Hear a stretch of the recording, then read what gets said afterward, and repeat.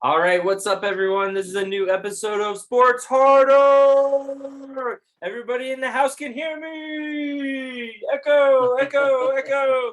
Yeah, that's right. Look, in the same room. We're in the same room. Finally. This is crazy, but we finally did it. We're fine. You don't have to look at a split screen or anything like that. If he gets mad at me, he can actually physically punch me now. Yeah, exactly. So, there's no more of just like getting angry across country. No, it's in person. And all you listening fans, you are like missing out on that, but you still get to hear our wonderful voices. As always, I am your host, Maddie Lukewarm Ice, and my co-host, who is right next to me, is Chris the Gorilla Binder. What's up? How's it going, Chris? Busy day today. Busy day. And I'm cloud nine, man. I was gonna say we don't have to wonder if you stayed up late last night at all. So, but we'll definitely get into talking about Monday Night Football. Obviously, I think we're gonna do a little segment where we kind of talk about both of our teams on the game and how we felt about it. That way, we kind of get our little ins for our own teams, and then we'll of course break down our top surprising games, the games that surprised us the most, and then the return of the top 5 bottom 5 teams in the NFL. Yes, we're gonna do it after 1 week. We don't care. 1 week is gonna be top 5 bottom 5. Yeah. If everyone else can already be like freaking out over week 1, like all the other sports analysts, we can do it too. We're not excluded in that. So, but I want to start off first because we haven't had a chance to talk about it at all yet, is the college football. So a lot of big upsets have been going on. The biggest one of them all, Oregon beating Ohio State in Ohio State in their home stadium. So what did you think about the Oregon Ducks Pac-12 upsetting Ohio State, who was basically they were like guaranteed a spot in the playoffs? They're still ranked pretty high, and a lot of sports analysts are already saying if you're going to lose, it's good to lose early in the season. So I guess first talk about the game and then talk about Ohio State's chance of maybe getting back into the playoff race again. Oh, it surprised the hell out of me. I don't like it. You don't like Oregon? I don't like Oregon. So I grew up a Washington fan, and most hated rival was always the Oregon Ducks. And seeing Oregon actually go in and beat somebody like Ohio State, it sucks. It sucks. Because then all your Oregon fans just rub it in, man. I hate it. That's true. But yeah, I mean, they stood up, they fought, they played a damn good game, and they beat a top team. But I mean, what's his face? Urban Meyer isn't there anymore, so it doesn't matter. Yeah, it doesn't matter. We'll definitely talk about him and his NFL debut a little bit later on in the episode. The Oregon Ducks didn't have their top defensive player. They're saying he's going to go probably top 5 in the NFL draft. So they were still able to beat Ohio State even without their top defensive player. I think he's a defensive end, I think, right? Or is he a defensive tackle? He's a DM. Okay. So, but they were still able to have that upset. Now, with the new rankings, that put Oregon into the top 4. I think it put them at number 4, correct? I think it put them at 3. I mean, I can pull it up. So we'll have to take a look at the official rankings. So with the college football rankings, they always update it every week. Excuse me. And basically, a lot of sports. Oh, yep, number 4. Number 4. So a lot of analysts right now are saying, if Oregon wins out, then basically they're going to get in. Like if they win the Pac-12 championship, they go undefeated, that they'll be in and they'll have a shot. And they haven't had a shot basically since Marcus Mariota took them in the playoffs. Yeah. And I think they lost in the national championship. I think they made it to the national championship, and then they lost to Ohio State. That's who it was. Yeah. They lost to Ohio State. So almost like a little mini revenge game. But number 1 is Alabama. Now, I know all these Alabama fans are smiling ear to ear when I'm saying this, and I don't know too many Alabama fans that actually listen to us, but they might as well just give the trophy to Alabama now Like I feel like there's nobody that can beat them.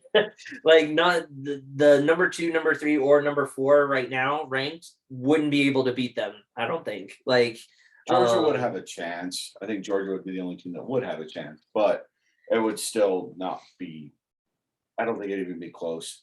I was gonna say, terrible. I mean, even with Georgia's defense, I mean, they wouldn't be able to slow down the offense that much. I mean, maybe they could hold Alabama to not as many points as what they've been scoring, but they'll still be able to put up points. And then I don't think Georgia's offense is good enough against Alabama's defense. I mean, that's where they lose.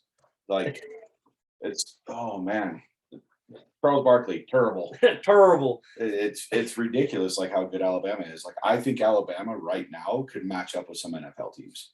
I really do. Like I wouldn't doubt it. And watching them play, it's just insane how good they are. And I've never seen Nick Saban go for a pass heavy offense. And this he's year, always run the ball in defense was always his model for success in the past. And this year he's pass heavy. Well, I mean, the past like 3 years have been that way. Yeah. They have 4 starting quarterbacks in the NFL right now. True. So, I mean, he was terrible as a coach in the NFL, obviously, but like college, for some odd reason, he knows the recipe for success. And it's like, it's not even fair that he's now able to find quarterbacks. You know, before it was quarterbacks that could play in the system and like they just wouldn't turn the ball over. They were a system quarterback. Now it's just like their quarterback is like, you know, gonna get in the Heisman hunt every year. Like they're in contention for it. I mean, their wide receiver freaking won the Heisman last year. So I mean, and their rookie quarterback right now is looking like he's going to be the Heisman winner as of right now. So I mean, it's not even close. Georgia's number 2. Number 3 is Oklahoma. They haven't even looked that good against the teams that they played against. They've barely beaten anyone. And Oregon, they beat Ohio State, so they're number 4 right now.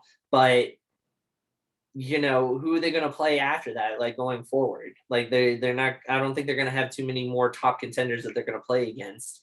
And I mean, they'll have to play UCLA. Oh, that's true because they're in the Pac-12. So yeah, and UCLA had that big win against LSU. So UCLA is kind of on a roll with Chip Kelly now, kind of making a comeback for his team. But they were really run heavy as well. That's how they were able to beat LSU. They ran all over them. Texas A&M is at 7. They dropped after a win, which is I don't know how that happens. If you win, you shouldn't go down. Like they were, I think, number 5 before. Now they're at number 7. Yeah, it's all because Iowa beat Iowa State. And I don't understand why Clemson is in 6th. Yeah, Clemson is in 6th. Because they're 1-1. Like that makes no sense. Yeah, and they got their butts handed to them in Georgia. I mean, they couldn't even score a touchdown. They had 1 field goal. That was it. And their all-star quarterback who is in, you know, the Dr. Pepper Fansville commercials hasn't lived up to the hype. So I'm wondering if they're starting to regret letting college players be in commercials now because, like, you know, before they do something, like he hadn't done anything, you know, and he was already in a commercial. And now, you know, they lose their first game. Second game, they played a no-name team and they were able to win, obviously. But so Ohio State dropped down to 9th. So how much do you think, how big of a chance do you think Ohio State has to jump back up into the top 4 before the end of the year? It all depends. Because we've seen it happen. We've seen Alabama lose a game early and they drop down and then they end up winning the rest of the season and some other team in the top 4 loses. And then of course they go right back in. That's what they're going to need. Like that's absolutely what they're going to need. They're going to need to win out the season and have one of these other teams lose, like whether it be Georgia, Oklahoma. I mean, if Oregon loses, then it's not really going to matter because they already beat them, you know, but they're going to need one of the other 3 teams, Bama, Georgia, and Oklahoma to lose. And Bama's not going to lose. They're going to go into the season.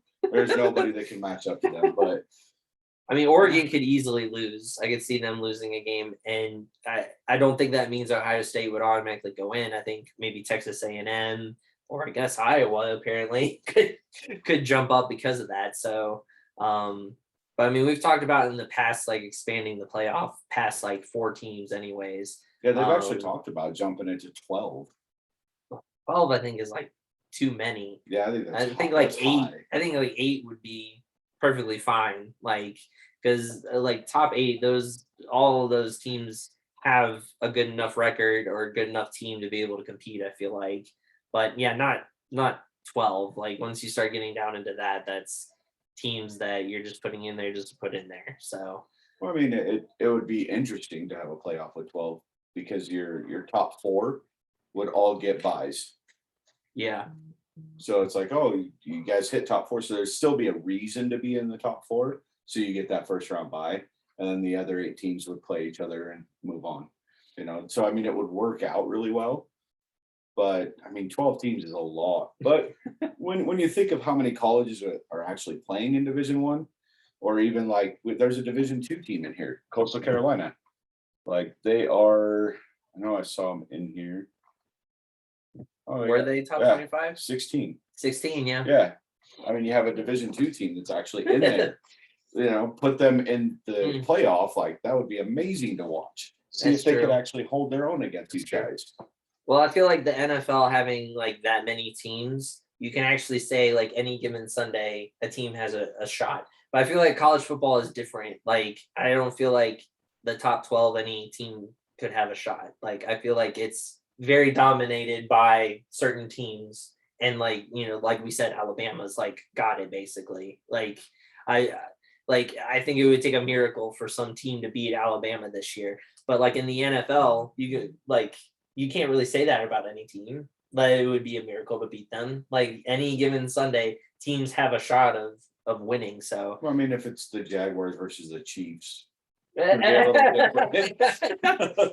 yeah, that's very true. But I meant like playoff wise, like Yeah. in the playoffs. Fair enough. At least they're in. The Jaguars wouldn't be in. So but yeah, so college football, we'll keep everyone posted on that. I mean, obviously, it's only been 2 weeks. Alabama plays Florida this weekend, so it'll be number 1 versus number 11.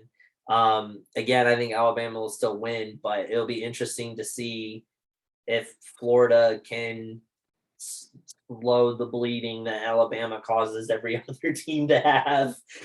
So I don't think they're good enough. oh, Florida, no. Yeah. Well, I mean, even for it to be like not like a blowout, I'm saying like you think it'll still be a blowout. Yeah, Oh, absolutely. gosh. Absolutely.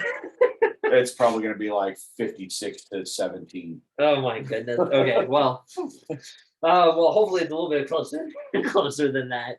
But I think the whole country is keeping their eyes on Oklahoma and Oregon because I don't think they're strong enough to keep their spots. So we'll see how that goes. And everyone always complains about the voting when it comes to the top 4. So because they're always on Nick Saban's dick anyway. So that's For true. real. That's true. I mean, yeah, because 95% of the time, like before the season starts, Alabama most of the time already has the number 1 ranking before the season even starts. Well, I mean, so if you look at like, there was the year that Bama lost 2 games, and Utah was like undefeated. Utah ended up ranked like number 5 or number 6. Bama got into the playoff. yeah, and they missed out just because they only got in because they're Alabama. Yeah, exactly. So, like I said, they're always on Nick Saban's dick. But that's what I'm saying. The logic behind it always never makes sense to me. How they can justify doing something like that. So, but hey, it gives us like something to talk about each week and complain about the writers who get these votes anyway. So, yeah, all right. Well, to move on, then we can go into Monday Night Football and what had happened. That was the Las Vegas Raiders and the Baltimore Ravens. So both of us had picked the Raiders to win that game. You were shocked that I picked the Raiders to win. But I picked them even without knowing all the injuries that happened to the Ravens. I think, did they have another offensive lineman go out last night? Or I think that was you guys. The Raiders did, yeah. We lost Denzel Good for the season. For the whole season. Yeah, so I mean, injuries have been like a big thing for some of these teams already, and everyone always debates, well, they should play more in the preseason to get them ready. Some people say that playing in the preseason makes more injuries. So I mean, I don't know who's right anymore when it comes to that stuff. But the game was super duper exciting. It was one of those games where I was on the edge of my seat, especially towards the end. Carr kind of put his big boy pants on and drove the team down with only 35 seconds left, or 34 or whatever it was. 37. There you go, 37 seconds. And two passes got them within field goal range. And they kicked the field goal to tie it, to send it into overtime. Got the ball with the coin flip at the start, drove down the field and threw it to Edwards, and everyone thought that the game was over because he dove for the end zone, and they called it a touchdown to begin with. So they thought the game was over. Players were on the field, fans were going nuts, like everyone was already shaking hands and everything. And then you just hear the referees over the loudspeaker, "This play is under review. The game is not over. This play is under review." And like the players don't care. Like no one cares. Only Gruden was the only one who cared. He was the only one on the sideline with his headset still on. Like, oh gosh, come on, everyone, get off the field. Like, let's go. And so they mark him down at the 1 yard line. Oh my goodness. First and goal. Try to sneak it in with Carr. Doesn't get in. Second and goal. False start on the Raiders, on Leatherwood. Is that his name, right? Yeah, Leatherwood, rookie. the rookie, who had like 4 penalties that night altogether. And so they go 5 yards back. Then they decide to do a pass play. It goes through Willie Snead's hands, like just laser beams right through him. Like he wasn't even like trying to catch it. It just goes right through him. Hits the Ravens player right in the helmet, shoots straight up in the air, and then the Ravens intercept it. And I look over at Chris and go, "What the heck is happening?" Like, Right? it went from elation, the crowd going nuts, to winning, to, oh God, we're gonna lose. Like, It's Raiders, man. like, don't Raider it up. Like I was freaking out. I was like, oh my God, this is gonna be terrible. And we were gonna lose our pick. And then shockingly enough, the defense comes through and forces a fumble on Lamar Jackson. Two of them. The key one in overtime, and they were able to recover it, and they were in field goal range. And again, they almost raided it up. I couldn't believe what was happening. They were in field goal range. They ran the ball on first down. Second down, they couldn't decide quick enough if they wanted to kick the field goal to win or not. So they took a penalty for delay of game. And I was like, oh my God, now they're moving back. Because they don't have timeouts. Yeah, they didn't have any more timeouts left. So then Well, the problem was Daniel Carlson was back kicking into the net, practicing, thinking, "Oh, I'm going to go out on fourth down. They're going to run it 3 times." Yeah. And then he's like, "Oh shit, I gotta go." Yeah. So you see him come running out of the field, looks at the clock, and goes, shit. Well, there you go. And so they send Carr and the offense back on the field. The Ravens, I feel, 110% thought they were going to run the ball, and they totally played the run. They played for the run. Yeah, exactly. And so it left Xavier Jones wide open, blew right by Marlon Humphrey. Thank you. And you see Marlon Humphrey just stop and go. He's like, and Xavier Jones runs it in for a touchdown. And finally, the game is officially won by the Raiders. But I can't explain it. Like every couple plays, I was just like, okay, this could cost them the game. Right. But they pulled it out, and and I'll admit, and I'll say my 2 cents first, and then obviously let you talk about your own team. The Raiders defense did pull through. They had a lot of key turnovers, which was big. Crosby played lights out. Like he played more than he's ever done before. Like he was a monster. And he could, if he keeps playing like that, him and like Chandler Jones are going to be like the top people for defensive player of the year. So we'll see if he can keep that up. So that was what do you want to call it? Why am I blanking right now? Like not good to see. I can't think of what it's called. Makes me like feel confident about like going forward that the Raiders can be able to at least turn around the defense that they had last year.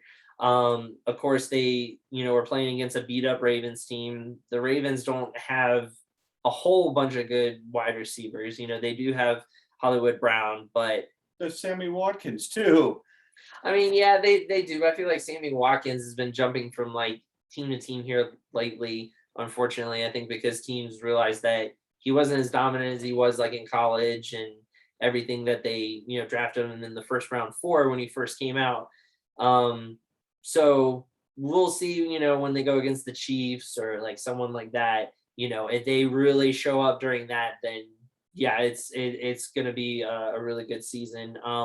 Carr looks good in the sense of being able to change plays at the line of scrimmage. I think him and Gruden have gotten on the same page good enough that Gruden feels comfortable with him like changing the plays at the line of scrimmage, which the announcers pointed out that he did a couple times. So, we'll see for the season, but I have high hopes now after watching that game last night. So I'll let you kind of point out the things that you liked about it, or if there's anything like concerning still, when it comes to, how they played and everything.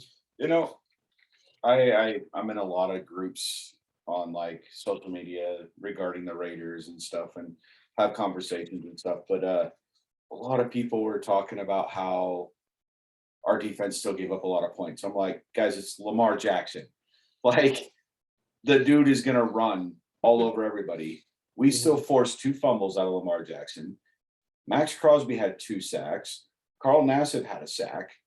It's hard to sack Lamar Jackson. I don't care who you are. Even Aaron Donald has said, dude, it's hard to get to him. Like, because he's so shifty. Mm-hmm. Like, you get up to him. Like, watching the game, Max Crosby and Yannick Ngakoue were in the backfield every single passing play. They were getting to him every single play. And I mean, that was amazing to me to see. Like, there was one play where we watched it, like, Yannick comes back and it looked like Lamar had handed the ball off. So Yannick goes right past Lamar and goes after the running back and then realizes Lamar has the ball and turns around and can't get to him in time. And I was like, what the hell? He was right there. Just hit him. It was a total like fumble rooski, just like whoops. But look, watching that defense, like, dude, they were dominant. They played well. Like, the back end played well. Like, they were able to, there was a couple passes that got away from them and stuff, but for the most part, they were able to shut down Lamar Jackson, which is amazing. Like, yeah, you could say they don't have that good of receivers, but Marquise Brown, dude, Hollywood Brown is ridiculous. That dude is so damn fast, and he's just as 50 as Lamar Jackson. But as far as the offense goes, as of week 1, Derek Carr is the passing leader in the NFL. He has the most yards passing in the NFL. Oh, there you go. At 435 yards. He threw for 435 yards against the Ravens' number 2 defense last year. That doesn't happen. Like, yeah, True. They're missing Marcus Peters. But Marlon Humphrey was always matched up against, if he thought it was going to Waller, he was matched on Waller. If he thought it was going to Renfro, it was matched on Renfro. If he thought it was going to Ruggs, he was matched on Ruggs. And he was staying with whoever they thought that the ball was actually going to. And Marlon Humphrey played his ass off. He really did. But Carr kept throwing at him. Oh yeah. All like every long. every other play. It was He's like, I don't care. Yep. Yeah. Going. But like the big thing that I saw was everybody was complaining that Carr's just throwing to Waller. He threw to Waller 19 times. But early in the game, it seemed like he was rusty. Like Carr was a little rusty. Like he wasn't the regular Derek Carr that we're used to, like he was in the second half. In the first half, yeah, he was hitting Darren Waller a lot because he was trying to shake that rust off. Yeah. Plus, every time he threw to somebody else, they dropped the damn ball. Like, that was irritating. Yeah, I was going to point that out. If I had to say anything about the offense, like Ruggs needs to step up. Yes. He needs to step up big time with them picking him so high and everything. Like, I think his first catch was like 2 minutes in the fourth quarter. Yeah. Like He's been targeted 4 other times and dropped it every single time. Yeah. Well, he needs to be he needs to get open to be targeted more too. Like for any chance for you guys to like compete, well, any team, I feel like you have to be able to have the deep threat there. If a team's not worried about you throwing it deep, then that takes away one part of your game that they don't even have to worry about. Exactly. So I mean, Ruggs needs to definitely step up in that role for them. Exactly. And like the Willie Snead pass, that was the Yeah. first time he threw to Willie Snead all night. The interception, I feel, was on Willie Snead. Well, yeah, Because yeah, if you watch that ball, like, yeah, Derek Carr, he put some juice on it. Like he threw he that was thing getting hard. blitz, he was getting pressure. Yeah, so he threw it hard. But that ball, Willie Snead was right here. Yeah. That was clean in his hands. Like that was the most perfect thrown ball that I've seen from Derek Carr. Derek Carr's an accurate passer. So all Willie Snead had to do is close his hands. Yeah. That's it. Dude, you have sticky gloves. Grab the ball. But no, it goes right through his hands, bounces off a helmet. It's a gorgeous pass. Like watching Derek Carr and the pass that he did to Zay Jones, dude, he was on his back foot, hopping backwards when he threw it. Yeah, and it was just lobbed it. Yeah. And it was a dime. Yeah. Like Zay Jones was in motion. Thunk, gone. Yep. Like Derek Carr is accurate. He's insanely accurate. It's our receivers suck. Brian Edwards showed up in the fourth quarter in overtime. Yeah. Before that, he was a non-factor. The only receivers that were a factor in the beginning of the first 3 quarters was Darren Waller and Hunter Renfrow. That's it. Yeah. And it's if you're one-dimensional in that way, that you only have 2 receivers that you're going to, teams are eventually going to shut it down. So the other receivers need to step up, and they did. That's why we got the win. Was because they finally stepped up. I mean, he hit Ruggs for like 5 yards on the first pass, and then he hit him for that 45-yard pass. That was gorgeous that he burned Marlon Humphrey for. Yeah, that's true. Well, we'll definitely keep an eye on that. Like I said, I feel like Ruggs needs to step up, so we'll see if he takes on the challenge of being able to do that to open up other areas for other players. Josh Jacobs, turf toe, who knows how much that's going to hinder him this year. I can't remember his first name, but it's Drake. Is his last name? Kenyon Drake looked good. Kenyon Drake did look good. He looked good in passing. Like he caught a lot of passes, to be honest.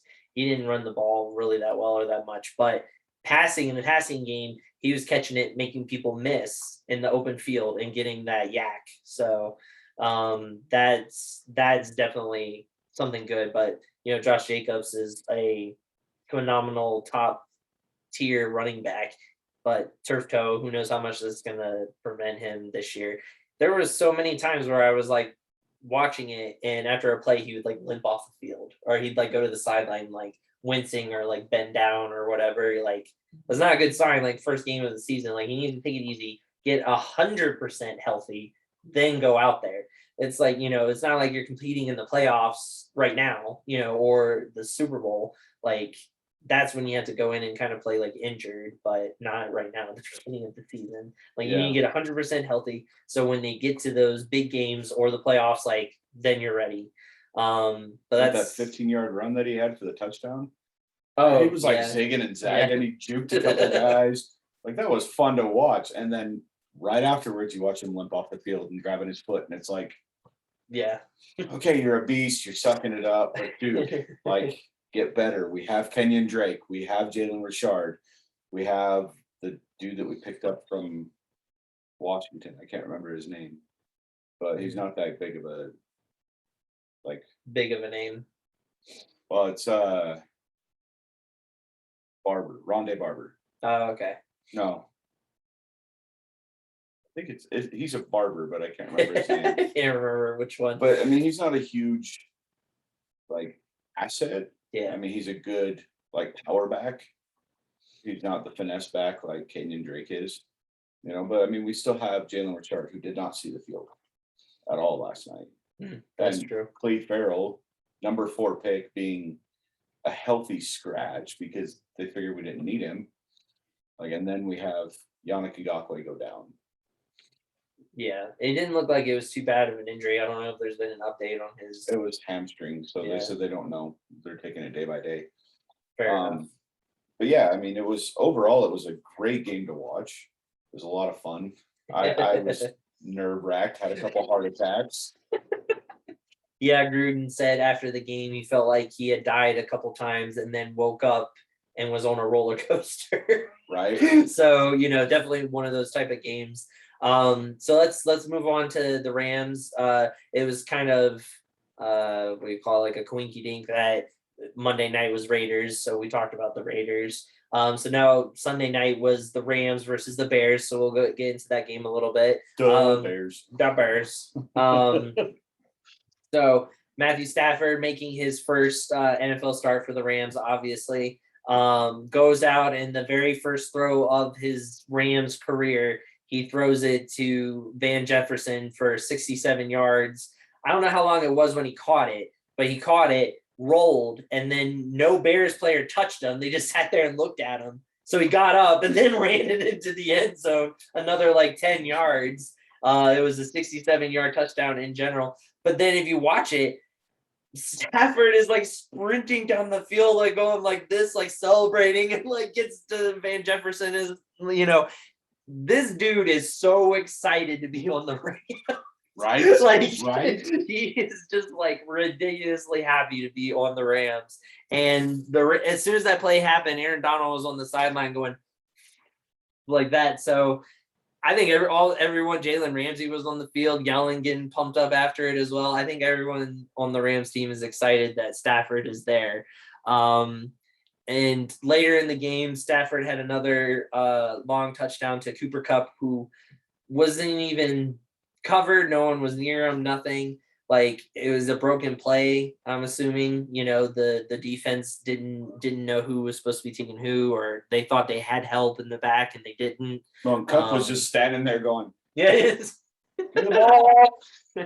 And there was a play as well where Stafford was under pressure when it was like 3rd and goal or 2nd and goal, and he almost got sacked, and he stepped up in the pocket and he threw the ball to Robert Woods, which I give credit to Robert Woods. It was a great catch by him. That was beautiful. Yeah, he had the toe tap.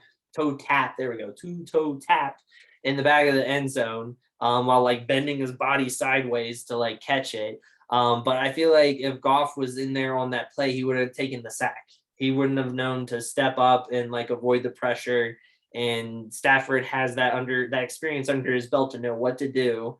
Or Goff would have underthrown it and got it picked. Yeah, there you go. Exactly. The defense, I have to say, looked good. Of course it did. It's the Rams. But we didn't do good in the run game. We gave up 100 yards rushing to Montgomery. The run game's always kind of been our Achilles every year, until the playoffs, and then all of a sudden the team's like, oh yeah, now we want to stop the run. But hopefully that can get addressed. But the secondary still looked good. They got a pick off a tipped pass from Andy Dalton. I think the defense, it'll take some time for them to get warmed up and used to the new defensive coordinator and how he wants to run things. Some new faces on the team, some new players. So I think that's going to be good in that aspect. It was the Bears.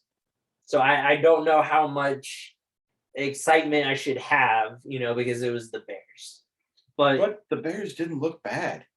That's the thing. Like the very first drive, dude, they marched down the field. Mm-hmm. Like they were on like the 10-yard line. And Dalton was Dalton and threw a pick. But, the Bears actually looked good under Andy Dalton. And then they brought Justin Fields in a couple times, and he looked damn good. I think it's probably week 3 or week 4. Dalton's going to be benched. Yeah, I heard, I think week 5 they go against the Lions. So that's a good game to be able to put him in to kind of get some confidence under his belt if they want to start doing that. So, we could see him as early as week 5, depending on how much pressure Matt Nagy has from the owner and everybody else to put him in. Apparently he says he doesn't want to put him in when he's not ready, 1, and 2, he doesn't want him to get hurt like a Joe Burrow situation, So Who knows how long he'd be able to stick to that though, like before it's going to be like, well, it's your job or you're putting him in. Yeah. So, we'll see how long that lasts. I think a lot of coaches have that pressure of putting in your first round QB if he's picked in the first round. But yeah, the offense looked good. Henderson ran the ball really well. Sony Michel only saw the field twice, and one of them was on a blocking play for the touchdown to Robert Woods, and then the other one was like a 2-yard run. The whole rest of the time it was Henderson. So we'll see. They start trying to implement Sony Michel and more. I was shocked. I thought maybe he'd see more than just 2 snaps. I mean, obviously he's got to get to know the offense, but I mean, 2 snaps that's not a lot. I think that's probably why they did it, is maybe he didn't learn the offense as fast as they wanted him to. It could have been. So yeah. They still want him to kind of learn his assignments and everything. So what did you think about the game that stood out to you then for the Rams? Matt Stafford's confidence and Aaron Donald.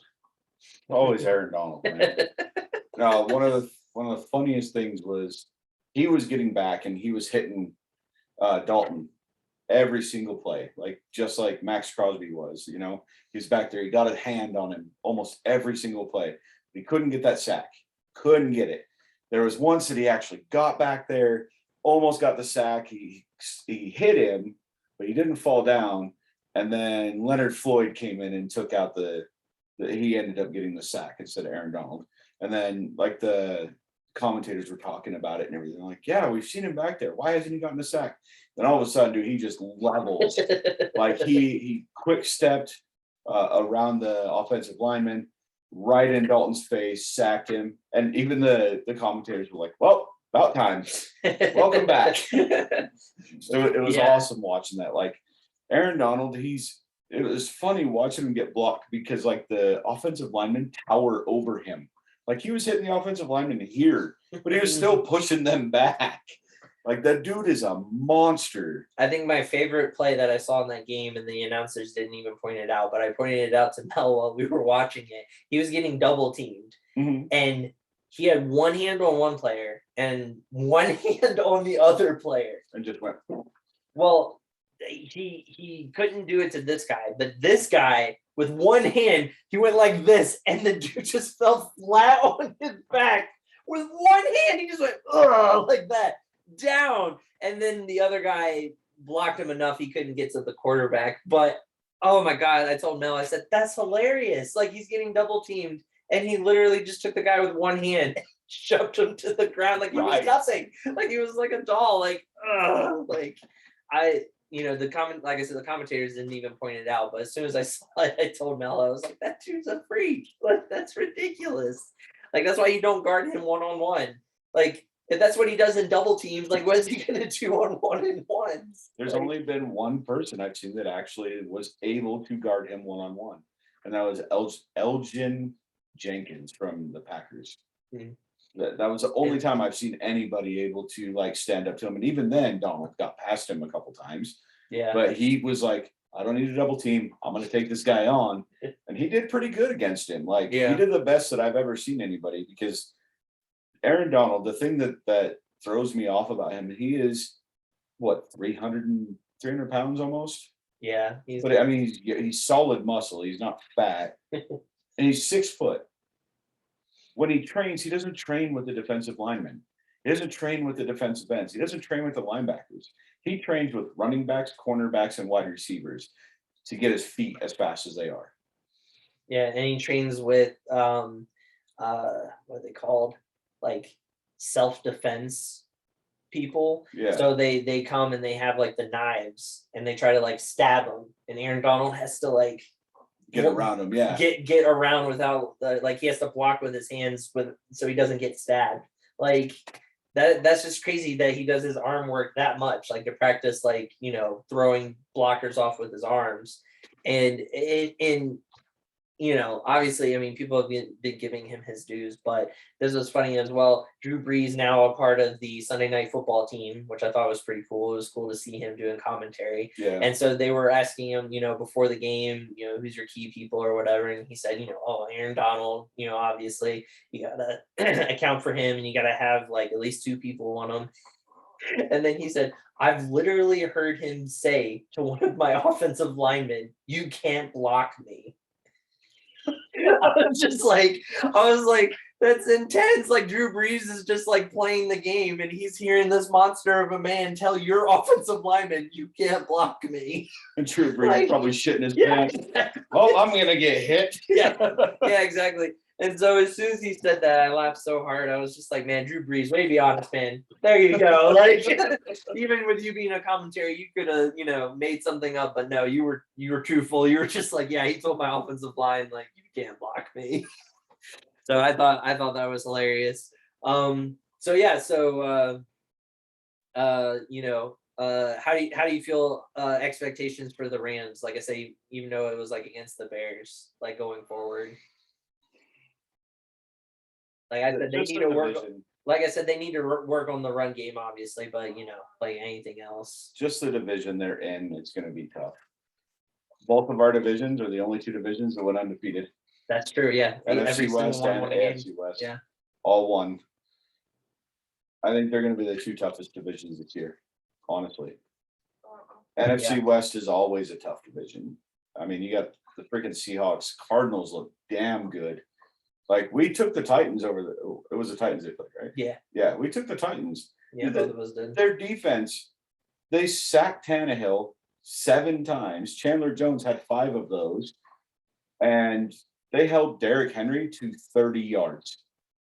Which pisses me off because I took him number 1 in my fantasy. Like, what the hell? How do you hold Derrick Henry to 30 yards? Yeah. Like, they shut that team down. The Cardinals looked scary. I think they look scarier than the Seahawks, and Tyler Lockett went off. Yeah. I don't know, man. Not giving me any high hopes here. I still think they're gonna make the playoffs. I don't think they're gonna win the division. But all right, fair enough. I don't know who I picked for that division anyway. The Cardinals. I did? Yeah. Okay. Yeah, see, I still don't think they're gonna I think you said the Seahawks were gonna miss out.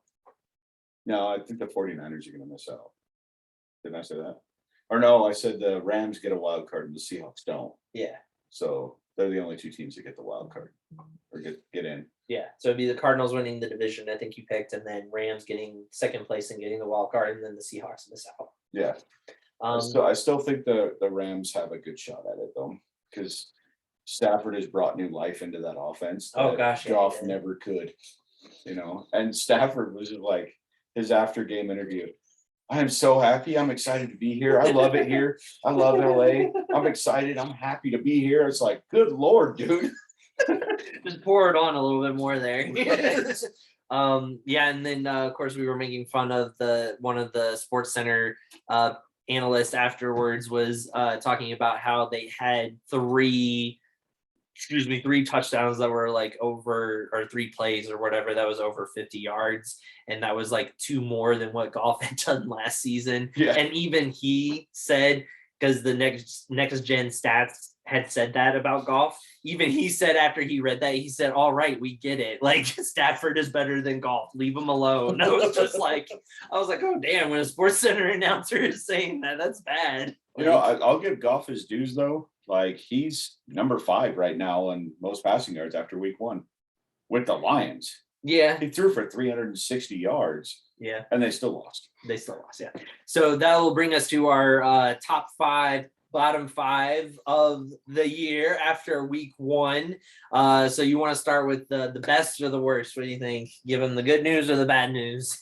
I think let's start with the bottom because those were harder to pick. Okay, we'll start with the bottom 5 then. I'll go first, and then I'll let you start with the top 5 when we flip. So bottom 5. So the way that we do this, in case this is the first time that you're listening to our top 5, bottom 5, the number 5 means that they are the worst team. Like, they're at the very bottom, and then progressively getting like better and better, but they're still like the worst teams. So the number 5 is the very, very worst team in the NFL that we feel so far after week 1. So at number 5, I'm gonna put the Jacksonville Jaguars. I'm sorry, you were the worst team last year every single week in our top 5, bottom 5. No, almost, the Jets almost. Okay, yeah, the Jets, yeah. But I mean, the Jags only had one more win than them, so it's just like. So I mean, they were basically always right next to each other, basically. Number 4, I'm gonna put the Atlanta Falcons. My God, we'll talk about that game like here after this, but like you should not get blown out by the Eagles. You should not. So or get sacked 5 times. yeah, exactly. So you are at number 4, the 4th worst team in the NFL. Number 3. Let's see. I'm trying to look over at the teams over here in the corner and remembering the games that they had played. I'm gonna say the Giants because you lost to the Denver Broncos for 1, and 2, Daniel Jones. I'm sorry, but I think you are a bust. And I hate to say that about people, but I think you are. Like you fumble the ball too much when you try to run it. You're not that great of a passer. Like I don't know, maybe the team isn't utilizing you as well, or maybe they're not telling you to stop running. But dude, they have one of the top wide receiving cores right now. They really do. They have people to give it to, and you're still running and fumbling the ball. So sorry, Giants. Number 2. Let's see. The Lions. Yeah, you tried to make a comeback against the 49ers, but you went down by 30. You shouldn't have gotten down by 30 in the first place. Well, on their comeback, I don't think the Niners were playing their first string guys. I have no idea. So I think they sat them because they're like, well, we got this game in the bag. Yeah. So yeah, sorry, Lions fans, and you have my former quarterback in Jared Goff, but he's not going to help you. I mean, again, he was like top 5 in passing, but I think that's because they had to, since they were down by 30 points. They knew they had to throw the ball a bunch of times. And then number 5, let's see. I think I'm gonna put. Oh man.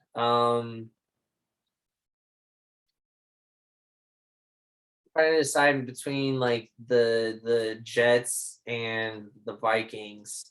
I think I'm gonna go with the Jets because I feel like the Vikings, they still can turn it around. Jets fans, like, still rough. Your rookie quarterback didn't have that great of a showing. So sorry, Jets fans, you're still in the bottom 5 until you can prove me otherwise. So there you go. There is my bottom 5 worst teams in the NFL. I like it. I would have a couple changes. Oh, okay. I think the worst team in the NFL right now is the Falcons. Oh, he's gonna give it to the Falcons. Yeah, I have to. Like, they lost Julio Jones. They have no run game. Mm-hmm. They have nothing. Like Calvin Ridley he's not a centerpiece wide receiver. He's not a number 1, basically. Yeah, he is not a number 1 wide receiver. He's not a centerpiece wide receiver. He's not somebody that can get that separation that's needed. He can't go up against the number 1 cornerbacks. Like, he goes up against them, he gets shut down. Yeah. They lost too much. Way too much. I mean, they lost Desmond Trufant. Like, he's not on the team anymore. So they don't really have much in the back end of their defense. They don't have a defensive line. Like, they have nothing. They're not good. So yeah, I have to give it to the Falcons as the worst team in the league. Right behind them, Jaguars. Yep. Absolutely. And then I would go with the Jets. Jets, all right. Over, just because Zach Wilson, they're trying to say that, oh, he went to BYU, so he's the Steve Young heir apparent. And it's like, you're giving the kid too much credit. Like, he's got some arm strength. He really does. But he doesn't have the offensive line to protect him, to give him time to show that arm strength. that whole game he was on the run. Mhm. Like whole game he was on the run. Number 4, I would have to go with the Giants. Just because, like you said, Daniel Jones is a bust. Like they took him at what, number 7? Yeah, I was gonna say it was definitely like top 10. And who else was available at that time? I don't even remember. I think everyone got mad because they didn't take Dwayne Haskins. I remember that. Which he's Like, not. He's just a kitty. Yeah, I was gonna say, and he ended up being a bust too. Yeah. So but everyone was so mad. They were just like, "Oh, you had Dwayne Haskins available, and you took Daniel Jones." Like, So So looking at his the draft class, that was the year Kyler Murray went, right? That's not what I wanted. Yeah, Kyler Murray went number 1. So you could do Daniel Jones draft order. Might show like 2019 NFL draft. So oh, there it is. So Murray went 1, Murray, then Bosa. Quinnen Williams, Josh Allen. Ooh, Josh Allen. Not wrong. Josh Allen. Oh. Linebacker Josh Allen. But Montez Sweat, Josh Jacobs. Let's see. Oh, it doesn't go past that. Huh. You think it would have the Yeah. order there? If you do draft order, it might like bring it up easier as like as a search.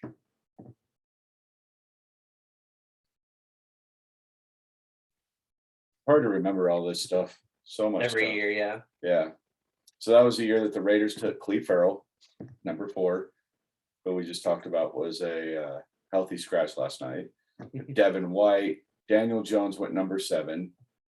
Josh Allen, the linebacker, went after him. Oh, okay. Let's see, quarterback Dwayne Haskins. What other quarterbacks went? Drew Lock. Yeah, this was not a good quarterback class at all. Other than Murray. Murray was the only one. I can't believe more quarterbacks didn't go in the first round. That was it. It was just him and Murray. Yeah. So I'm seeing. Oh, and Murray and Dwayne Haskins. So Murray number 1, Daniel Jones number 7, and then Dwayne Haskins number 15. Oh wow. Yeah. That was a shitty draft class for quarterbacks, yeah. Because the next quarterback taken was Drew Lock. Wow. But I mean, they passed up on players. Like, I know they wanted their quarterback. Honestly, if they would have sat one more year and just played like their backup for 1 year, they could have gotten a much better quarterback. Like, have a shitty season. Yeah. And then you gotta take that under your belt so you can get that. Yeah. So I mean, they could have pulled in 2020. You got, who was it? What number 1 the following year? I can't. Burrow? Yeah, it was Burrow. They could have ended up with Burrow. It was like Burrow, Tua was up there. Yeah, so like the next year they had a better chance of getting a better quarterback. I mean, take somebody like TJ Hawkinson, Josh Allen, Devin Bush, Rashawn Gary. Like, they passed up a lot of really good players. Noah Fant went, Josh Jacobs, Marquise Brown, Hollywood Brown. Yep. Like, why would you? I don't know, man. I made a mistake. But all right, so back to my bottom 5. Your bottom 5. So you had the Falcons at number 5, and then you had the Jags. Then you said the Jets, right? Giants, and then so one more. The Lions. The Lions, like, yeah. We had the same 5. It was just a little different order, yeah. Alrighty, well, we'll see if some of these teams can make it out of our bottom 5. I feel like kind of last year, once we had our bottom 5, that's kind of how it stayed like the whole season. So we'll see if some of these teams can kind of redeem themselves and jump out of it, especially with their rookie quarterbacks that are supposed to be the ones to kind of save them from being in the bottom 5. So top 5 now, which is always fun to do after week 1. Yeah. So I'll take first. So this way it's number 5 is number 5. Number Yep. 1 is number 1. Yep. So number 5, after the showing on Monday night, I'm taking the Raiders. I'm going. After that show, oh my God, dude, their defense is so much better than it has been in the last 5 I'm years. biased. I'm biased. No, I'm just Absolutely kidding. biased. Your number 5 is the Rams. But no, number 5, I want to take the Raiders. Like I think they showed some grit against a Super Bowl favorite team. Yeah, true. And they took them to overtime and they beat them. Like, yeah, the first half, like they went into halftime. After the first quarter, it was 14-0. They went into halftime 14-10. And then it was just trading scores back and forth. Like, yeah, it was amazing to watch. Like they showed grit all the way through. Oh, we come into our time limit. Is that what it says? Oh, yeah, it says it does it up to 60 minutes. That's weird. I guess if you don't add another person. So what we'll do is we'll stop now with our with our first top 5. Spoiler with the Raiders, and then we'll start another one right after this. So don't go away. Stop.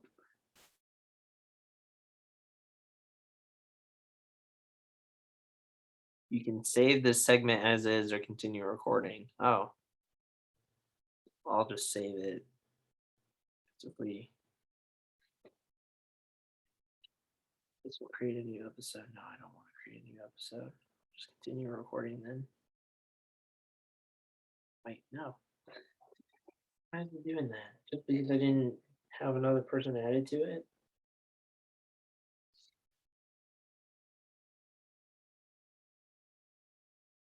I don't want to delete the recording.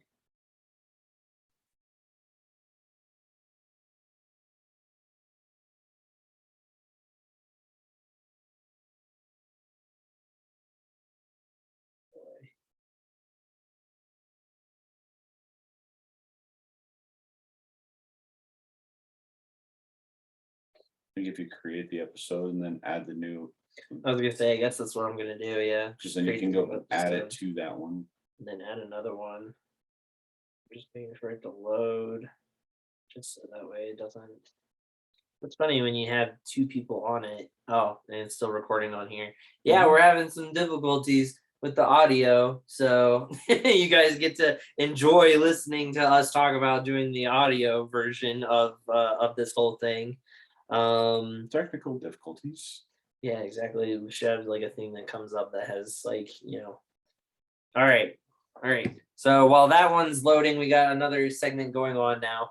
So anyways, when we left off, we were doing our top 5, bottom 5, top 5. If you're wondering if you're watching this second or listening to this second part, then you have to go back for the bottom 5 because we're on the top 5 now.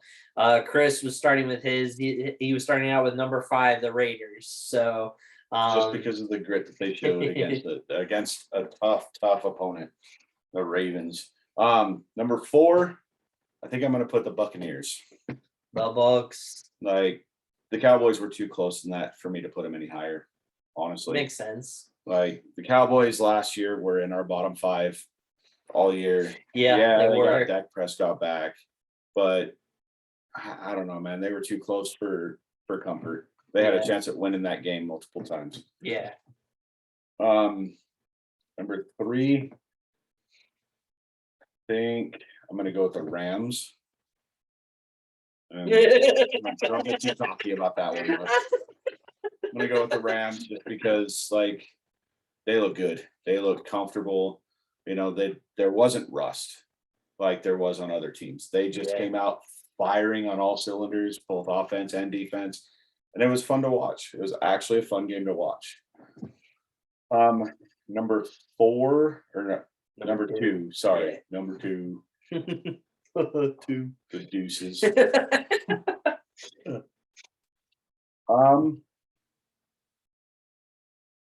was difficult. I think I'm going to put the Saints at number 2. Jameis Winston. How the hell you throw 5 touchdowns with 150 yards passing? I know that's a discussion that we had. Yeah. Like, how? But I mean, Alvin Kamara was running all over the field. He looked good, and they destroyed the Green Bay Packers. 38-3, I think, was the final score. Yeah. Like, it was that, so bad that the Packers benched Aaron Rodgers. Yeah, they put Love in the fourth quarter. They benched the MVP.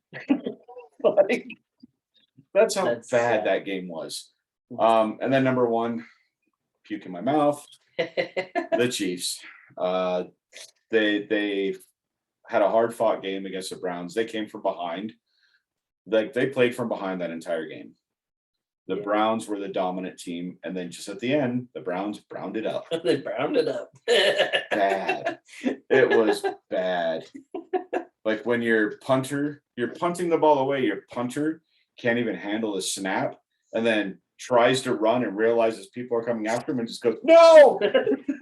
That's pretty much what he did. He was like, "Nope, I'm good." Like, give them the ball on the freaking 10-yard line. Of course, they're going to score with Travis Kelce. Like, yeah. Oh, but the Chiefs, man, I hate them. I hate them. But I have to give them their respect. You know, I won't ever give the Broncos respect. I don't care who they are. But I'll give the Chiefs their respect that they do, and that they are the number one team. Like, they're going to be tough. They're going to be tough all year. Alrighty, fair enough. I like it. Well, we definitely have different top fives, which I like. You know, usually we're kind of the same on both of them. Maybe more closer into the season will be more likely the same. But all right, so number 5, I'm starting off with not the Rams.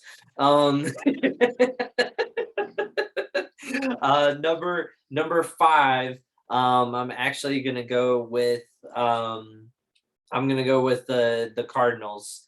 The Cardinals blew out the Titans. You didn't even have the Cardinals in your top 5. They were number 6. That was a joke. But the Cardinals killing the Titans as much as they did. We'll see if it was a fluke or not, you know, any given Sunday. But I think the Cardinals could be, you know, really, really good this year. Especially if Murray keeps on, you know, doing the pass and run balance as well as he does, because he doesn't, you know, run the ball very heavily. He runs when he needs to, which is what you want in a quarterback. You don't want them to feel like they have to run it, you know, every play or every other play, just when they need to. So Cardinals at number 5. Number 4, I'm gonna actually put the Bucks. Kind of convinced me last night after talking to put the Bucks into the top 5. Yeah, I wasn't originally gonna put them in my top 5 because they were playing the Cowboys and it was so close. But a lot of that is just mental mistakes. Like, a lot of the turnovers that the Cowboys got were because of fumbles. You know, if the receivers were holding on to the ball better, or the running backs were holding on to the ball better, then, you know, it's not as close of a game. So I think if they fix those mental errors, they'll be fine. And the defending Super Bowl champs. So I kind of have to put them in there, especially since they won. So number 3, I'm going to put the Rams. And I'm putting them there too, not only because you put them at number 3, but today they had a ESPN article of the top teams after week 1, and the Rams were at number 3. So ESPN even has them at number 3. So number 2, I'm gonna put the Saints. Like you said, destroying the reigning MVP kind of puts you in the top. That defense was all over Aaron Rodgers that whole game. You know, and they just completely shut down that offense. And then number 1 is going to be the Chiefs. You know, yep. It's, Mahomes, he keeps on doing his Mahomes magic and, you know, continues, you know, it doesn't matter what deficit they have. They always come back. I mean, when they went on that Super Bowl run, every single playoff game they were behind and they always came back and won. So, I mean, they're always in it. They're never out of it, I feel like, ever. So they're always in it. Now, that defense has me very going forward, because that defense isn't that good. They weren't playing with I always mispronounce his name, Monteo or whatever. Or not Travis. What's his name? The safety that they got from like the Texans. What's his name? Tyrann Mathieu. Yeah, Is it Tyrann Matthew? Yeah. Tyrann I Mathieu. thought it was pronounced a different way. Yeah, it's just Maybe Matthew. not. Oh, okay. Well, It just looks weird. It's it not just looks weird. Matthew like you. Yeah. It's just spelled different. Yeah. Yeah. So he wasn't playing, which was, one of their best defensive players. But we'll see. That defense has always kind of been questionable. They've always leaned on their offense, always. So we'll see going forward. But yeah, that's top five. I feel like the top five is definitely going to shake up a lot this year. There's a lot of good teams and a lot of good divisions. So before we move on to our picks of the week, I kind of wanted to talk about one game, and you can talk about one game if you want to as well. One game I wanted to point out was the Saints and the Packers. I wanted to discuss Aaron Rodgers. Everyone has been on Aaron Rodgers and how terrible he played in that game. We talked about him getting benched in the fourth quarter for Love. He did an interview with I can't remember her name. It's like Erin Mendenhall. Yeah, I think that's who had been. She works for Fox Sports. Yeah. He did an interview with her, and they showed it before the game and everything. And he literally said, my thought process was they didn't give me any help. They drafted my replacement. So I thought to myself, why wait? Like, you drafted him, then go ahead and play him, and I'll play somewhere else. If you had that mentality going in, how much of that mentality do you feel affected the game, or was it really the Saints defense was just that good and that shut down with everything? Like, the Saints just had that good of a game plan against Aaron Rodgers, or how much of it was the mentality of, well, you drafted my replacement, so I don't want to be here. I don't think that's the case. The whole you drafted my replacement, because they came to an agreement. And Aaron Rodgers is a competitor. He wants to be the best. He wants to win. It doesn't matter where he's at. He wants to win. He fought to bring Randall Cobb back to the team. Yeah. He was fighting to bring Clay Matthews back to the team. He wanted the old crew back together. But I think the mentality's there, and he's definitely upset, but I don't think that really had an effect on his play. I think what had an effect on his play was the rust.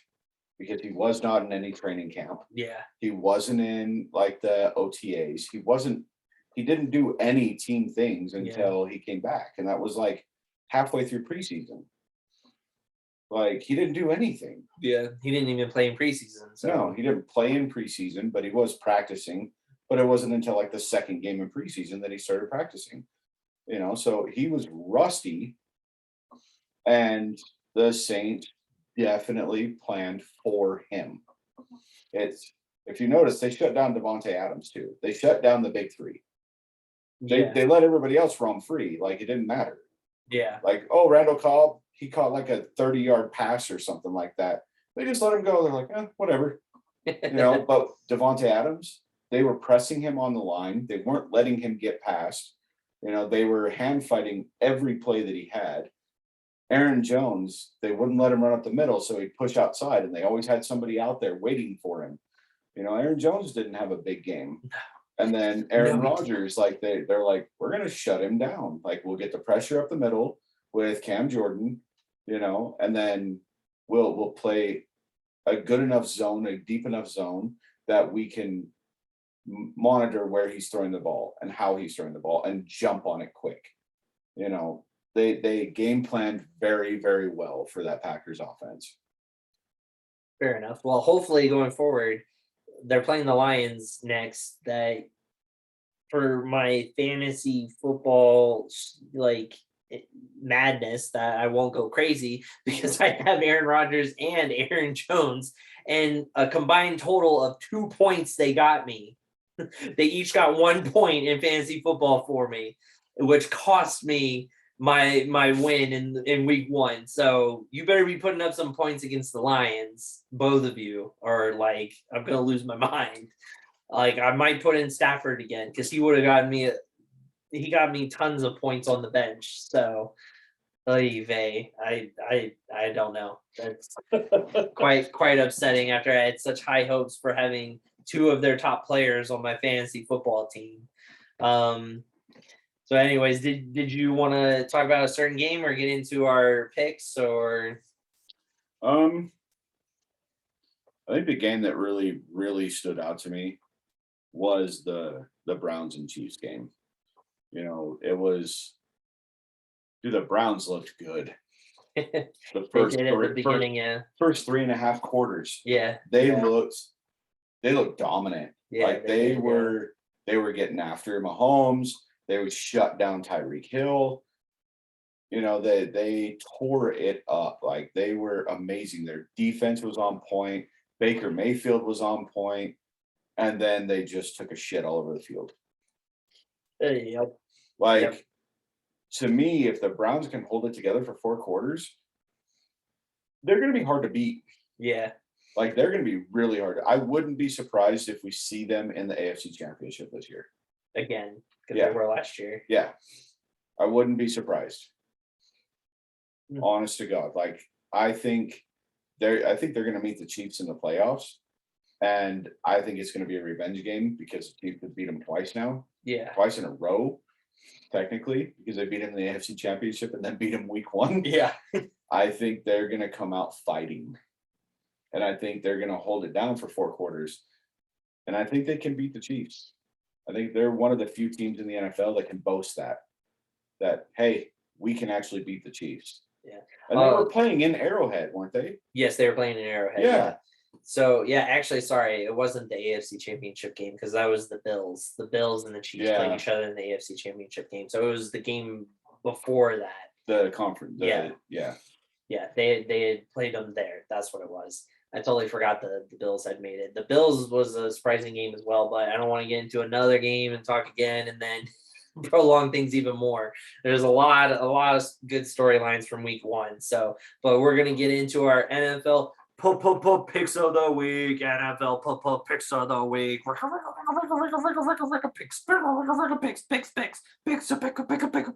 Picks. NFL picks of the week. Hey guys, I think he has Tourette's. I do. Yes. I lost it. Losing my mind. So after week 1, I am 10-7, and Chris is 11-6. So he's up 1 game, one little teeny tiny game on me. It was the Panthers-Jets game that I got you. I'm doing like Razor Ramon over here, like ooh, so scared. So yeah.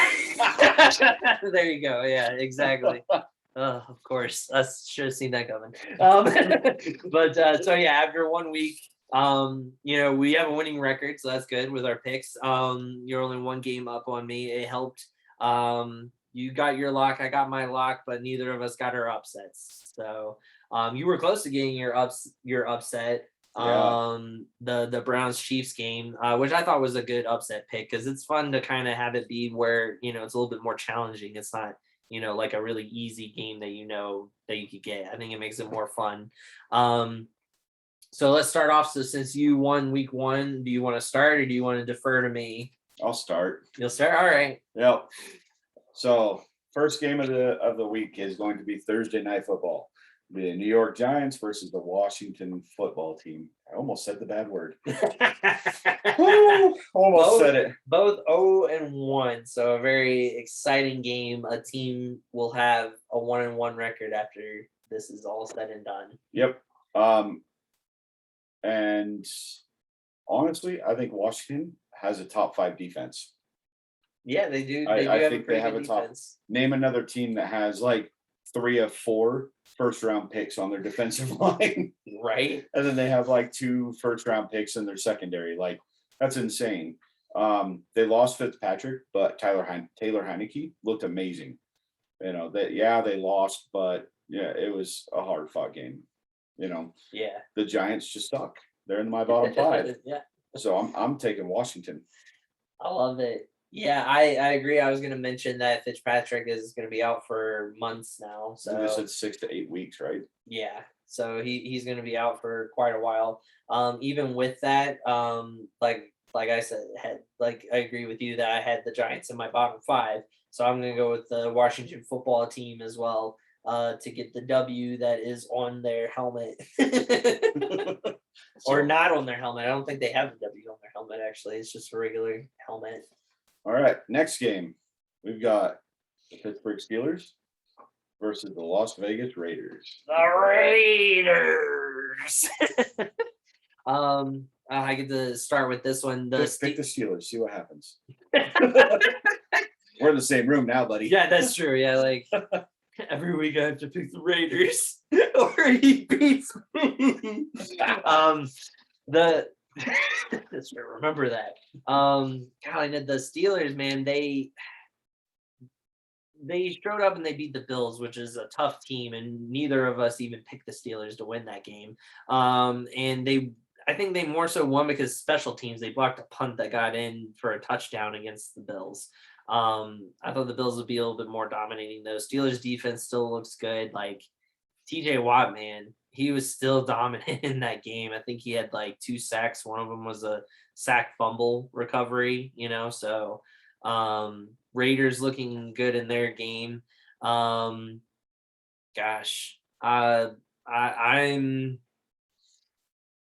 oh man, that's hard after they had stepped up and beat the Ravens. Where are they playing at? Let me see. Does it show on your computer? They're playing in Pittsburgh. They're playing in Pittsburgh. I'm gonna go with the Steelers then. They got the home crowd and they are I don't know. I think they have a little bit better defense than the Raiders, especially with TJ Watt. He's gonna be coming after Carr. So gonna give it to them just based on their defense. Oh. All right. I'll beat you after the play. Yeah, exactly. That way next week, the bruises will have gone by then. Faded. You guys will see the black eye and understand why. Yeah, then you'll know. Yeah. No, I'm gonna go against you on this one. I'm gonna pick this as my upset. Upset alert! The Steelers are favored to win this game. They really are. Like all over everything, they're favored to win this game. The Raiders aren't even like an afterthought. Like everybody says, the Steelers are going to walk all over them. The difference is we actually have a pass rush now. Yeah, that's very true. Ben Roethlisberger is nowhere near as fast as Lamar Jackson. What? This is shocking news to me. I didn't know this. He's not going to get away from Yannick Ngakoue and Carl Nassib and Solomon Thomas and who was it? Not Max Crosby, but yeah, Max Crosby, of course. There was somebody else in there too that was like they were in there all the time. Yeah. They're going to dominate that pass rush. And who does he have to throw to? He has Washington and Juju Smith-Schuster. Claypool, yeah, he's good, but I don't think he's going to be that big of an asset. Like they're going to put Casey Hayward on him and shut him down. So, I mean, Casey Hayward was able to shut him down last year when they played the Chargers. But I don't know. I'm going with the Raiders as my upset pick. Going with the upset pick already. Upset alert! I think they win it. I think it's going to be a close game like it was with the Ravens. But I think this is going to be like the first time they get to go 2-0 in a long time. And when they win this game, they're actually going to be starting getting the respect that they deserve. There you go. Get that momentum going. Yep. Next game on the docket, we've got the San Francisco 49ers and the Philadelphia Eagles. I'm not even going to discuss this. It's not even a game. San Francisco is going to own this. Oh, wow. Okay. Man, even after the Eagles put up all of the points and all they did against the Falcons. The Falcons suck in comparison. The Falcons defense is garbage. The 49ers have a top 5 defense as long as they stay healthy. Yeah, I was going to say that secondary is in question, though, for the Niners. That it's more their up front that is really good. Even my friend Nico, who's a huge 49ers fan, shout out to him. I asked him how he felt about the game, with it being the Lions making that comeback, and he said he's very concerned about their secondary. They just have a couple rookies and then a washed up Josh Norman. So it's just that's going to make it rough on them going forward against harder teams. I don't know about the Eagles, but it'll make it harder when they go up against a Seahawks or a Cardinals team, that's going to have good wide receivers to be able to put it on them. But yeah, I agree. I'm going to go with the 49ers. I don't think it'll be a blowout though. I don't think it'll be as bad as it's not going to be as much of a bloodbath as Chris over here is like making it out to be. But yeah, the 49ers will win. Oh, Mostert is out for the whole season now. He was projected to be out 6 to 8 weeks, but then he posted on social media that he's going to have surgery to take him out 6 to 8 months. Oh, wow. That sucks because he's the fastest running back in the NFL. Yeah, he's their top guy, so that's going to be a rough break for them to not have him the whole season. So yeah, that's going to be tough for him, especially since they lost Matt Breida and Jerick McKinnon over the offseason. So we'll see what they can do. They got Trey Lance.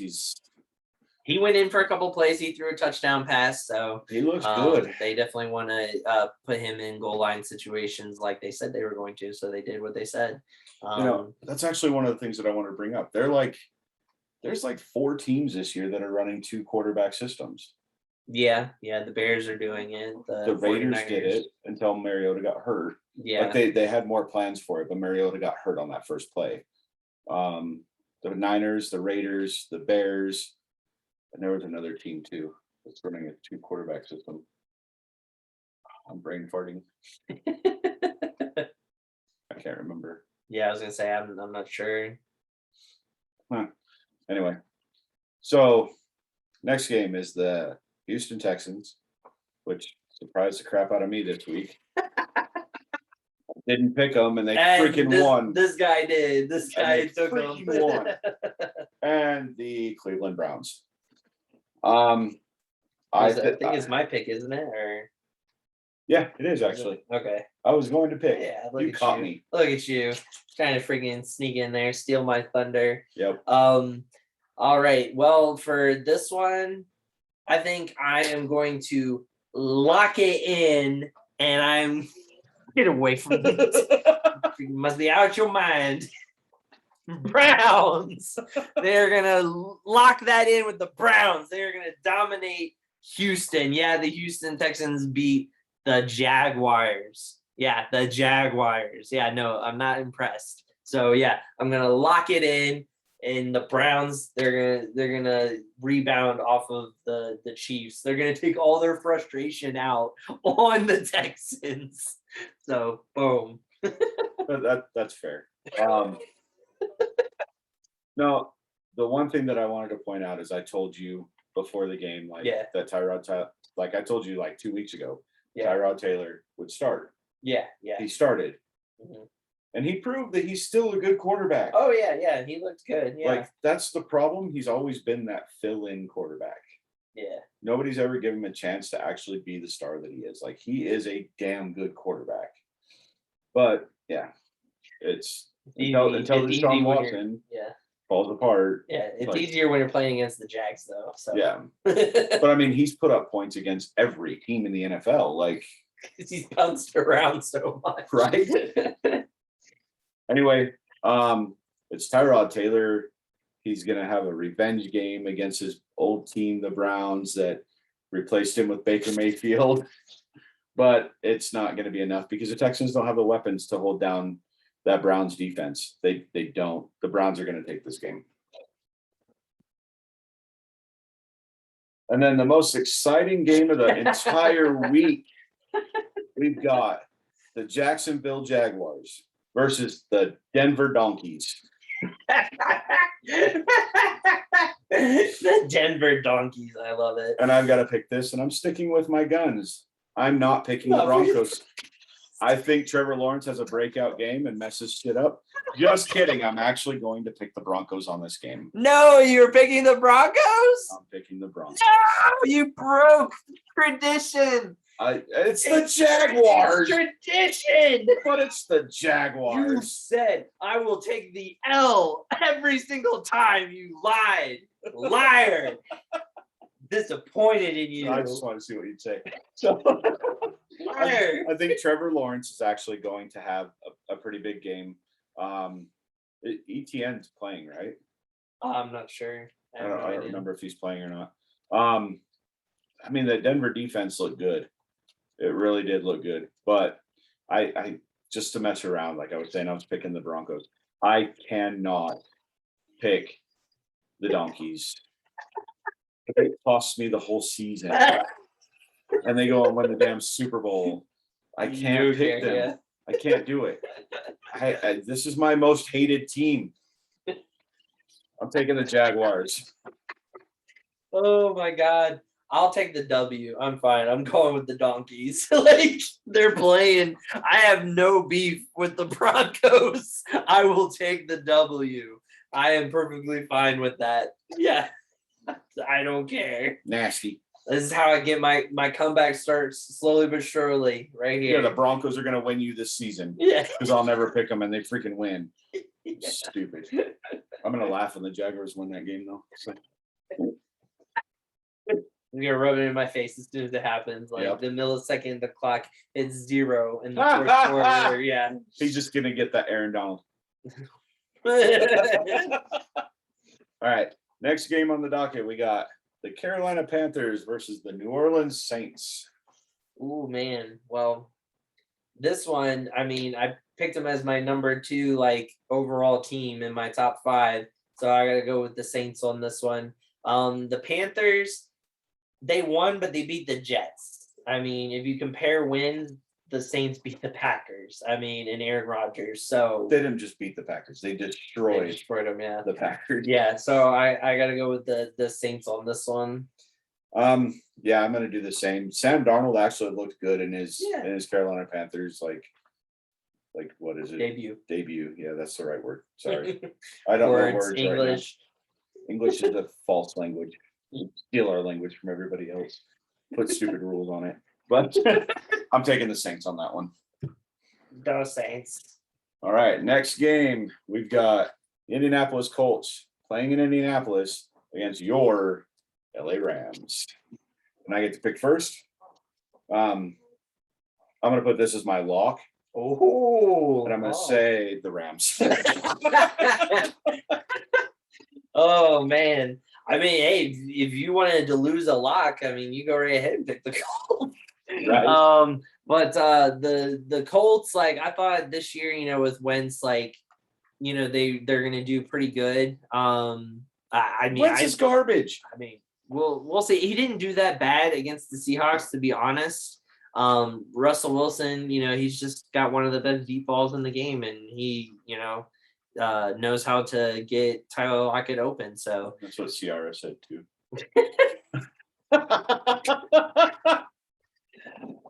Slow clap. Sorry. Slow clap. I had to go there. A dirty joke. Way to keep it classy. We know what to do on this podcast. That's gonna get the views. Oh my goodness. But anyways, on this game, I'm gonna pick the Rams. I mean, I usually always pick the Rams. But I think, you know, we could do the same thing potentially against them like we did against the Bears, you know, get that deep ball going again. That is one thing that makes me very happy when I saw Stafford play, was the deep ball is back again for the Rams. Like we have that as a weapon to use against teams again. So I'm excited about that. Well, you guys have the wide receiver speed to do it. Yeah, we do. We didn't even see Deshaun Jackson, you know.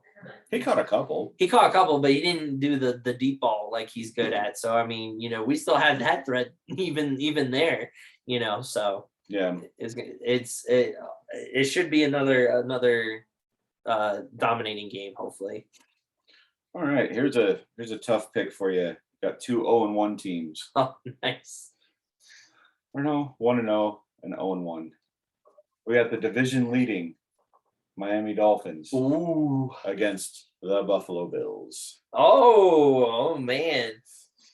No, I can start with this one. Yep. Oh my goodness. This is actually kind of a hard pick because the Bills so promising, but then they let down against the Steelers. Dolphins didn't really dominate the Patriots like I thought they would. They only they got away with a 1-point win because the rookie running back for the Patriots fumbled the ball. And all he had to do was hold on to the ball, and they would have kicked a field goal and won, but he fumbled. Man, this one is really tough. The Dolphins defense did still look good. You do still have your upset.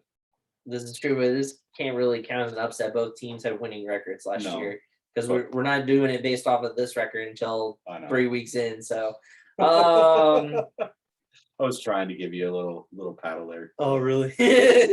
Well, I'm gonna go with the Bills though. I mean, I hope they have a bounce back game, to be honest, and they, Josh Allen gets back on his dynamic duo with Diggs. So yeah. So I really think maybe I am the death touch or whatever the hell you want to call it. The kiss of death. Kiss of death. Because my starting quarterback in my fantasy is Josh Allen, and he did shit. You still won. I don't want to hear it. He still got more points than Aaron Rodgers. I had 1 total point with Aaron Rodgers. I don't want to hear it. Give me that crap. Yeah, but if I would have played Brady, I would have had 27 points. Well, I would have won by more. 16. I would have won by more. Okay, shut up, Mel. Really, Ned. No, this is a tough game because the Dolphins were number 2 in the division last year. They looked good. They didn't look good this week. This last Sunday, they didn't really look that good offensively. Yeah. Defensively, they looked amazing, which doesn't make sense because they've got like Jalen Waddle. They have Willie Snead, or not Willie Snead. What's his name? Parker. Well, not Parker. The other dude that they have that they picked up from, I want to say. He's really freaking fast, and I can't remember his damn name. Yeah, he's got a stupid haircut like Robbie Anderson does. The little. Oh, really? Yeah, it's dumb. But anyway, they look good. They look. And I want to go further ahead of you. Yeah, pick against me. You're not gonna win any. You're not gonna get further ahead of me because I freaking picked the Broncos and you picked the Jaguars. I'm taking the Bills. Oh, okay. Scarred. He's scarred. And here's the other half of that division. Really exciting game. The New York Jets and the New England Patriots. Flip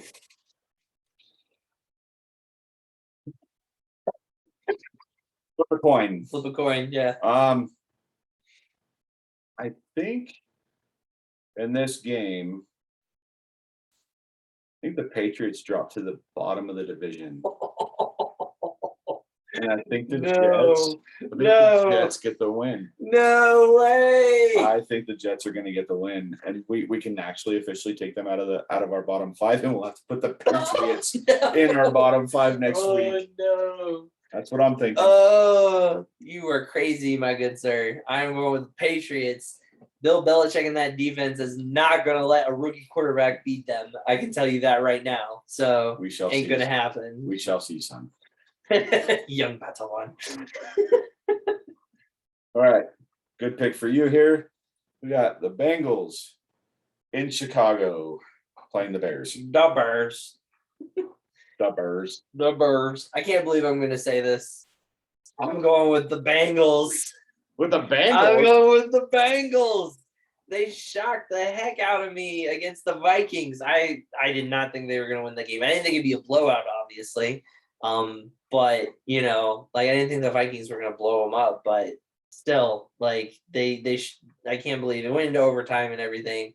But Jamar Chase looking good, Burrow looking good. So yeah, I'm going to go with the Bengals, man. I think the Bears are going to struggle because they're going to keep Andy Dalton in there. So until they put in Fields, I don't know. Yeah, I don't think the Bears are really going to do much until they do put in Fields. Yeah, I told you at the beginning of the year, I was like, Jamar Chase is a beast. He is going to be good, even though he had that stupid excuse for his drop passes that the college footballs had white lines and the NFL balls don't. So he's got to watch the laces, and it's like, dude, you get paid millions of dollars. Catch the fucking ball. Catch the ball. Like that's what I want to say to Willie Snead too. If I ever see him, I was gonna say, there you go. Yeah. you get paid millions of dollars to catch a ball. That's all your job is. Catch a ball that's thrown to you. Catch it. Like if it hits you in the hands. it's common sense. But yeah, I'm taking the Bengals as well. I don't think the Bears can beat them. Oh man. And I think the Bears are going to start their season out 0-2. Golly, man. All right. Now this one's going to be fun because like I'm not even going to like talk about this pick. It's just that quick of a pick. It's the Atlanta Falcons, worst team in the NFL to me, versus the reigning Super Bowl champions, Tampa Bay Bucks. I'm going to go with the Tampa Bay Bucks. Oh, thank God. Yeah, I'm not even gonna talk about it either. The Bucks. Yeah. like you don't even need to say anything. Sorry, Falcon fans. It's gonna be a rough season. All right. Next game we got up is the Minnesota Vikings going down out of their cold tundra up there, going down to the desert to play the Arizona Cardinals. Gosh, yeah, like after the Cardinals tore up the Titans as much as they did, and the Vikings freaking lose to the Bengals. Come on, process of elimination. Gotta go with the Cardinals. I mean, like that just makes sense. I'm doing the same. I'm going with the Cardinals. Yeah. So, like, yeah, it is what it is. Next game up, we've got the Tennessee Titans versus the Seattle Seahawks. I get to pick first. Yeah. Seahawks defense is not as good as the Cardinals defense. I don't think they're going to shut down Derrick Henry. I think he's going to run all over him. He's going to get like 200 yards, probably 2 or 3 touchdowns. You're hoping because he's on your fantasy football team. That's the big reason you're sending out that good juju, that good vibes. Yeah, I still think he's gonna run all over their defense because like last time they played the Seahawks, dude, he leveled Bobby Wagner, and Bobby Wagner's their hardest hitter. That's true. Like he just like threw him to the ground, like get the hell away from me. But I don't think the Titans have the defense to hold off DK Metcalf and Tyler Lockett. So I think the Seahawks actually win the game, but Derrick Henry's gonna have a big game. All right. So they bend but don't break type of defense. They let all the rushing yards, but able to hold off for the win. Yeah. And this is a hard one because I want the Titans obviously to have a bounce back game, and you want the Seahawks to lose. That too, yeah, exactly. That's what I'm saying. I want the Seahawks to lose. They're in our division. Like it's ridiculous how tough our division is. Like why can't we play in the freaking East where it's all like such crappy teams and make it so much easier for us? Gosh, but my gut's telling me that the Seahawks will win. They looked really good against the Colts, so I'm going to go with the Seahawks as well. As painful as that makes my heart, like, I hate that I have to freaking pick them and the Cardinals to win so many games. Yeah. How do you think I feel? Yeah, exactly. I have a team in my division went to his last 2 Super Bowls. Yep. All right. Last afternoon game on Sunday, we've got the Dallas Cowboys versus the LA Chargers. And they're in LA. Oh, in LA, that's right, because the Rams are on the road. Yep. I get to pick. Gosh, man. I'm going to put this as my upset pick. And upset alert right here. Woo, upset alert. And going with the Dallas Cowboys. They proved a lot to me playing against the Tampa Bay Bucks. The Chargers didn't look as good as what I wanted them to look against the Washington football team, to be honest. So yeah, I'm going with the Cowboys on this. I think they'll show up and Dak will do Dak things. Hopefully Zeke will have more of a running game. They're not going to win if Zeke only gets like 30 rushing yards. Like he needs more carries than that every week. They can't expect Zach to always throw for over 400 yards. They can't. That's not realistic. Well, I mean, he did it last year until he got hurt. Yeah. He was on pace to break the record for the single season, and then he got hurt. Yeah. I agree with you on this, that I think the Cowboys will win it. I think they have a stronger offense. than the Chargers do. So I'm going to go with the Cowboys. Oh, wow. Agreeing with my upset pick. Yeah. He doesn't want me to get them extra points. No, I don't think the Chargers are good enough this year. Oh, all right. I think they lost too much on defense. Sunday night game. We've got the Kansas City Chiefs visiting the Baltimore Ravens. I get to pick this one. If the Ravens go 2-0, or 0-2, I mean, it's really going to hurt their chances in their division because they have the Steelers, Browns, and Bengals, who are all going to be great teams this year. They really are. I still think the Steelers are going to be on kind of on the bottom, and it's really going to hurt them, especially if they lose 2 games to the AFC West in a row. Yeah. It's going to show how dominant the AFC West actually is. Yeah. But being the number 1 team in the NFL, I don't think the Ravens can beat the Chiefs. So I'm going to take the Chiefs on this one. Nice. Yeah, I'm going with the Chiefs as well. And a big reason is because everyone tries to make Lamar Jackson and Patrick Mahomes rivalry like a thing. Like they're trying to make it, like a Peyton Manning, Tom Brady type of thing. You can't call it a rivalry and it's not even close. Like Patrick Mahomes has annihilated the Baltimore Ravens every single time they've played them. Every time. Lamar has not beaten the Chiefs. He is not. And he has played really awful against them too. I could see maybe if he played well in those games, but no. He always plays terrible whenever they play against the Chiefs. So, stop trying to anyone out there that's trying to make Lamar and Patrick rivalry a thing. Stop it. Just stop it. Stop. I like the Derek Carr, Patrick Mahomes rivalry. I do. Mahomes is a great quarterback. Carr doesn't get his dues. True. I think I've always said this: Mahomes, Josh Allen would be a better rivalry, especially since they played each other in the AFC Championship game. Yeah, and potentially could play against each other in more AFC. Didn't they play themselves and play against each other in college too? I am not sure about that. Wyoming, I know Texas A&M. I was going to say because it's Wyoming. Yeah, I think they played a couple times in college. So yeah, I think that it's a better rivalry than Lamar. So. Yeah. And then the Monday night game, scintillating, scintillating. Detroit Lions visiting the Green Bay Packers, and the Lions don't ever win in Green Bay, and you get to pick this one. Oh yeah, that is very true. Well, I mean, again, not much to talk about this game. I mean, I know everyone wants to because Rodgers had such a bad game the first week, but Packers fans, and this is including Jen up there. My wife. His wife, yeah.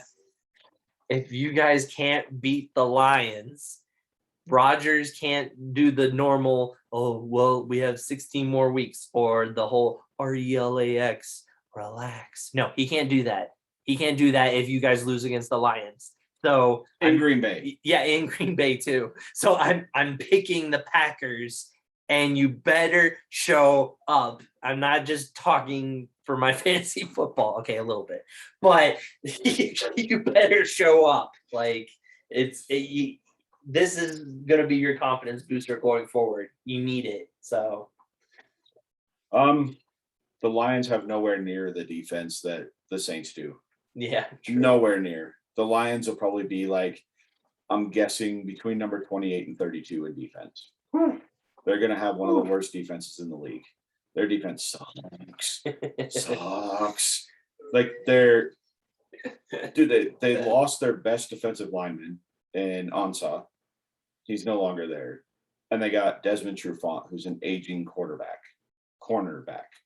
defensive back, whatever the hell you want to say. Not quarterback. Yeah. And then they got Jared Goff, Mr. Turnover. He turns the ball over more than Mark Sanchez ever did. It's terrible. Terrible. And if I went against the Packers and I picked the Lions, I wouldn't get sex for a year. So factual. Packers. Factual. Truth speaking words. I've never heard anything spoken more true. So All right. Well, those are our NFL picks of the week. Let's see. I had my lock as the Browns, my upset as shoot. Who was The my Cowboys, The Cowboys, there we go. And then you had your upset as the Raiders, and then your lock was the Rams. The Rams, that's right. All I right. picked our teams. Yeah, there you go. There you go. Exactly. That's an easy way to remember it. So awesome. Well, we'll have that for next week, the newly updated scores and everything. We only got a little bit of time left before it'll stop us again. So anything else that we need to add in before we wrap everything up other than our normal wrap up? Just the normal wrap up. Normal Earl wrap up. Thomas, still not signed. Get a job, man. Go on, prove yourself. Stop flipping off coaches. Like I don't know. I'm worried I'm gonna like pull up through In and Out and see him flipping burgers or something. Like flipping his manager off. Yeah, there you go. Yeah, exactly. Like I don't know. I don't understand. Like, and no one's really talking about this. We're the only ones that keep bringing it up. Like they don't even. He hasn't retired. Yeah, no, he's still a free agent. Yeah. Richard Sherman still isn't signed, but Richard Sherman's actually being looked at by the 49ers to come back. Come back again. Yes. Him and Josh Norman just like, have some two old farts on their team. So Josh Norman lost his step, dude. He did, yeah. He's not that good. After the Carolina days, like he was pretty good when he was in Carolina, but then after that, it just went all downhill. So, but anyways, we appreciate everyone. We appreciate the listens. We appreciate watching on YouTube. Definitely subscribe, like as always. Listen on Spotify, Apple Podcast, all the normal things. Facebook, we're always sending out new updates all the time on Facebook. So go and check that out. That's our like major, easiest place to go and look at any updates sports wise. Hopefully here we're going to be talking about more baseball next week because the playoffs will be starting here pretty soon. This kind of was an NFL dominated episode. Yeah, it was like a little bit of college football at the beginning, and then the rest was NFL just because week one, so many storylines, so many fun things to talk about. So we'll break it up a little bit better next week.